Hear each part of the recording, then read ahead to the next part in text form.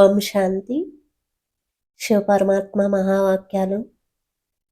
మీ వృత్తి ద్వారా మీ వాయుమండలాన్ని శ్రేష్టంగా తయారు చేసుకోండి. మీ అంతర్ముఖి యొక్క శక్తితో మీ వాయుమండలాన్ని శ్రేష్టంగా తయారు చేసుకోండి అంటున్నారు పరమాత్మ. మరి అది ఎలా తయారు చేసుకోవాలి అనేది చెప్తున్నారు మహావాక్యాలు. తెలుసుకుందామా? మీ వృత్తి యొక్క వాయుమండలాన్ని మరియు మీ వాణిని యథార్థ రూపంలో సెట్ చేసుకోండి. వారు కూడా వాతావరణాన్ని తయారు చేస్తారు. అదేవిధంగా మీరు కూడా మీ వాతావరణాన్ని అంతర్ముఖిత యొక్క శక్తితో శ్రేష్టంగా తయారు చేసుకోండి. వృత్తిని శ్రేష్టంగా మరియు వాణిని కూడా రాజయుక్తంగా యుక్తియుక్తంగా తయారు చేసుకోండి. అప్పుడే ఈ ఫలితం మారుతుంది కదా. అంగీకారమైన మేము పంచతత్వాలను కూడా మారుస్తామని శపథాలైతే చాలా పెద్దవి చేస్తున్నారు. కానీ పరిశీలకులుగా అవ్వకుండా నిర్మాతలుగా ఎలా అవుతారు? ఇప్పటి నుండి ఫిర్యాదులన్నీ సమాప్తి అయిపోవాలి. ఇప్పటి నుండి బలహీనతలన్నీ వదిలిపోతాయి. అంతిమ వరకు ఇవి ఉండవని భావించి వారు చేయెత్తండి. వీరి యొక్క బాధ్యత ఎవరిపై ఉంది? కొంతమంది అన్నారు దీది పైన, కొంతమంది అన్నారు బాబ్దాద పైన అని.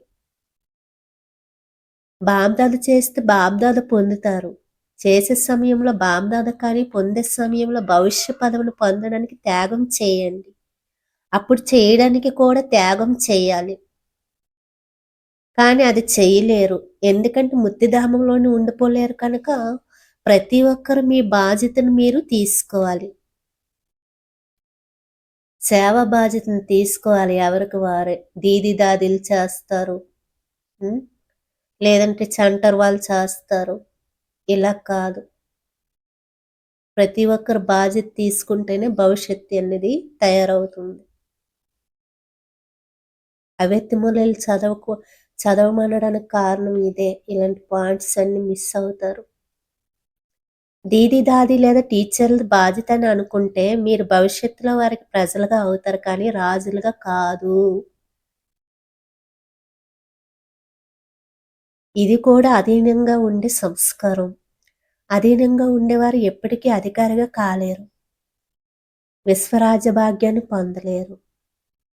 అందువలన స్వయం యొక్క బాధ్యత మరియు మొత్తం విశ్వం యొక్క బాధ్యత తీసుకున్న వారే విశ్వ మహారాజుగా కాగలరు. విశ్వ కళ్యాణకారి తండ్రి యొక్క సంతానమై ఉండి స్వకళ్యాణం చేసుకోలేకపోతున్నారు. ఇది కూడా బాగుంటుందా? కళ్యాణం యొక్క కర్మభోగానికి గుర్తుగా ఒకటి చెప్తారు. ఎవరైనా లక్షలాధికారిగా ఉండి ₹1 కూడా స్వయం సుఖానికి ఉపయోగించుకోలేకపోతే ఏమంటారు? అలాగే సర్వశక్తుల ఖజానాకు యజమానిగా ఉండి స్వయం కోసం చిన్న శక్తిని కూడా ఉపయోగించుకోలేకపోతే వారిని ఏమంటారు? సంగమయుగ బ్రాహ్మణుల గుర్తైనా ఇది. ఇప్పుడు మీరు సంగమయుగులైనా లేక ఒక పాదం కలియుగంలో పెట్టారు? సంగమయుగంలో స్థిరంగా ఉండలేమేమో, అక్కడికి వెళ్ళిపోదాం అని అనుకుంటున్నారా? సంగమయుగానికి ఇది గుర్తు కాదు. అందువలన ఇప్పటి నుండి తీవ్ర పురుషార్థ అయ్యి దృఢ సంకల్పం తీసుకోండి. చేయాల్సిందే, మరి తయారవ్వాల్సిందే. చూస్తాం, ప్లాన్ తయారు చేస్తాం. దీనిని కూడా తీవ్ర పురుషార్థమని అన్నారు. ఏం ప్లాన్ తయారు చేస్తారు? తయారయ్యలేరా? త్రికాలదర్శులకు ప్లాన్ తయారు చేసుకోవడంలో సమయం పట్టదు. ఎందుకంటే వారికి 3 కాలాలు స్పష్టంగా ఉంటాయి. అన్ని పనులు సెకండ్లో చేసేస్తారు. ఇలాంటి తీవ్రగతిని తయారు చేసుకోండి. తీవ్ర వేగంతో వెళ్ళేవారే సద్గతిని పొందగలరు అంటున్నారు పరమాత్మ. తీవ్ర వేగంతో వెళ్ళమంటున్నారు. అలాగే సేవ బాధ్యత తీసుకోవాలి. ఎవరు చేస్తే వాళ్ళే పొందుతారు.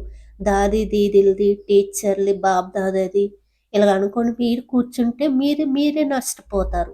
పరమాత్మ నుంచి ఇంత శక్తిని తీసుకొని కూడా మీరు ఈ శక్తులు కార్యంలో ఉపయోగించకపోతే వారినేమంటారు? వారింకేం పొందుతారు ప్రారబ్ధాన్ని? అస్సలు పొందరు అంటున్నారు. ఎవరు చేస్తే వాళ్ళే పొందుతారు అంటున్నారు పరమాత్మ.